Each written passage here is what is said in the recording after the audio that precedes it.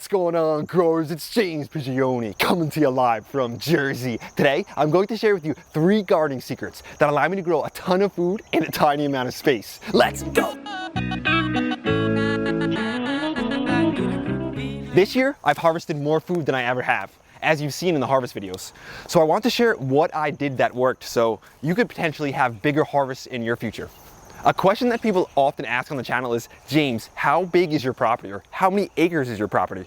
And to be honest, the whole property is only like 1/3 of an acre. And I only garden on about 1/3 of that. It might look bigger because the food forests and the fruit trees make it look like it goes on further than it actually does.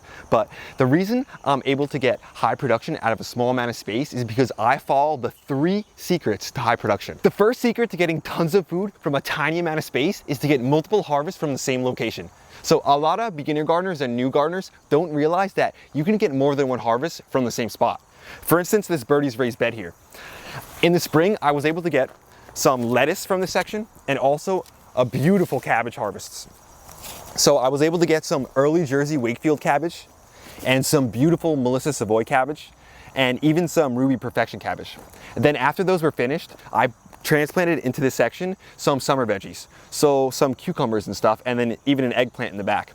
I allowed them to sprawl out, the cucumbers, and I was able to get a harvest from that. And then after the cucumbers and the eggplants were finished, I then put in another round of cabbages, which you see here, and some lettuce and stuff too. So I'll be able to get 3 harvests from the same location, essentially like tripling the amount of space that I have. And you're not going to be able to get multiple or 3 harvests from every single spot that you grow in because some plants take a little longer than others. For instance, peppers, like they have to be in the ground for a few months before they start to produce. So you may only be able to grow like radishes or carrots in that section and then get peppers after that. But I want to share something with you. Adding more birdie's raised beds. I was so impressed with the beds and everything grew so well in them. They're easy to set up and they're functional. I was also able to build that hoop house for him, so I felt like it was a good idea to add a couple more and I wanted to share that with you. If you guys want to grab a couple beds, just make sure you use the coupon code TUCK when you do. But I just mentioned that you can't get 3 harvests from every single location, but I kind of lied a little bit there because if you follow my second secret to growing more food in a smaller space, you will be able to get 3 harvests from one spot, even if you grow peppers. The second secret to growing tons of food in a tiny amount of space is to extend your season. And the simplest and first way to do this is by growing very cold hardy crops, things that will grow like deep into the winter and even all winter. So for example, to grow things like Russian kale or some tatsoi or even some ice spread arugula. Just these plants will allow you to grow, like I said, deep into the winter. Some of my white Russian kale, that stuff grows through the whole entire winter and it'll like freeze over at times, but then it just comes back, still like growing food basically the whole winter through. So it's pretty incredible. Just these plants can allow us to extend our season. The second method of extending our season has to do with growing varieties of plants for the function of season extension. For example, when we're growing tomatoes, we don't just grow like massive heirloom beefsteak tomatoes. Instead, we grow some hybrids that we know will produce well late into the season, stuff like this lemon boy. So this lemon boy is a great producer late. It's gonna increase our overall harvest because we're gonna be able to get these late delicious tomato harvests. As we trail up this tomato, there's still even more that should have time to ripen. So this is a great tomato that I grow specifically for season extension. So very valuable when it comes to that. The third method for extending your season, and the one that you can basically allow yourself to get 3 harvests if you're growing peppers, is to use season extension tools like a cold frame or a hinged hoop house like I have here. So this hinged hoop house has provided so much value for me, and I just had an insect netting on it just a little bit ago that I took off. But as the winter progresses on, I will put a layer of plastic on this and then another layer of plastic over that. What this will do will raise me up about 3 zones after 2 layers of plastic and allow me to grow essentially all winter long and allow me to get that extra harvest in the spot where the peppers were. So just by adding this season extension method and the season extension tool, it allows me to grow for a considerable amount of time on the end of the season, late into the fall, but it also allows me to start the season earlier in the spring because when this thing heats up in the spring, because it has the plastic over top of it, it kind of traps all that heat in, acts like a thermal battery, and the whole section just heats up earlier. So I can get stuff planted even earlier. So what I'm essentially doing is getting more time. So with more time, that'll actually lead to higher production. The third secret to growing tons of food in a tiny amount of space is to use space saving and space creating techniques. So in regards to the space creating technique, I'll tell you what I'm talking about. So most new gardeners, when they first start out, they say, okay, I got a 20 foot by a 20 foot section. That gives me 400 square feet to grow. And that's true in its simplest form, but the advanced gardener knows that they're missing something. They're missing the element of height. So check out this tomato right here. This tomato is growing about 15 feet tall. We're utilizing this incredible amount of vertical space. And when we look down, we'll notice that this tomato is only growing in about 1 square feet of space. Look at the space it actually takes up on the ground. Very minimal. If I was to plant this tomato on the ground and to let it sprawl, I'll bring you over to another tomato right over here. You'll notice that when these tomatoes sprawl out on the ground, like this one right here, this thing needs about 3 or 4 feet of space to grow. What you'll also notice is when we swing around here is because I'm not staking it up or anything, look at the whole element of height that I'm missing right here. Look at the gap right here. Where something could or should be growing, there's nothing. It's sprawled along the ground. So I'm using about 4 feet of space to grow one tomato, as opposed to the section in here where I have all these tomatoes tied up. I've got about a 10-foot section and we're growing a tomato every foot. So 10 feet of tomato, and we're utilizing that height. So this vertical height it's like creating space out of nowhere. So we have to make sure we're utilizing it. So it's incredible. 1 foot of space for one tomato is all you really need if you're using that space saving technique or space saving creation of growing vertically.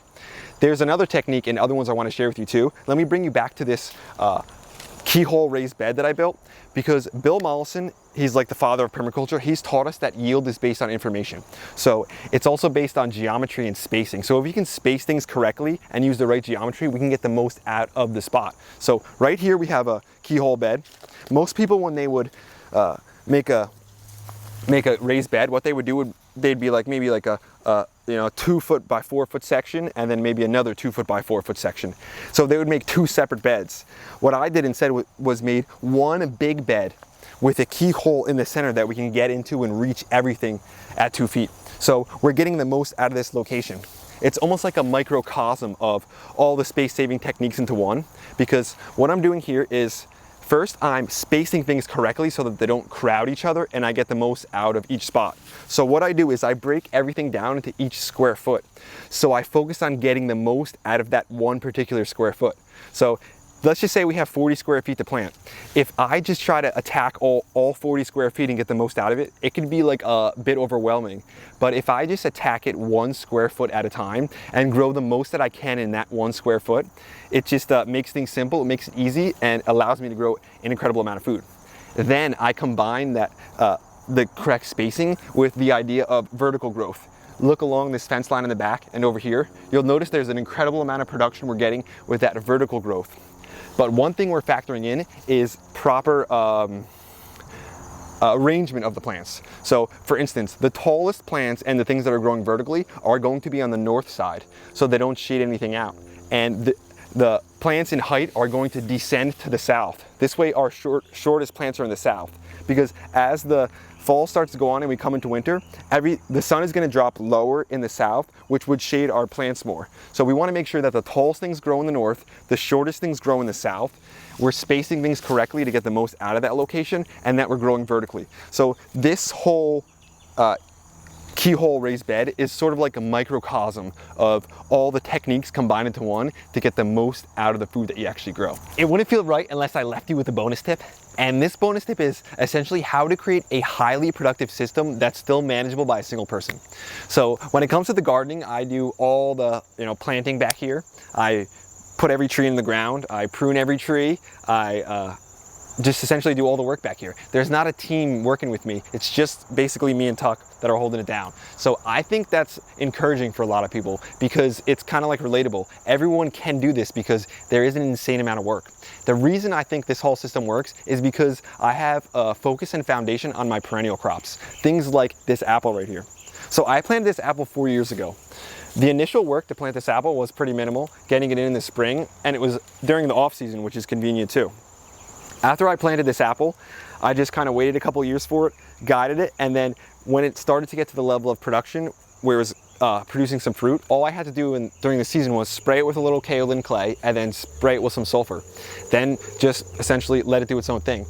While this was working creating fruit, I could spend time on all my annuals during the season because they are highly labor intensive but also highly productive. But these perennials make it so they're like passively creating the harvest while I'm actively working on those annuals. So it ends up being a beautiful system. So while I was getting all those annuals, let me shine this apple up. This apple was kind of working in the background for me. So it appears like I can get huge harvests from, you know, one spot and being only one person because the perennials are always working in the background for me. Let me take a bite of this apple and see how delicious it actually is.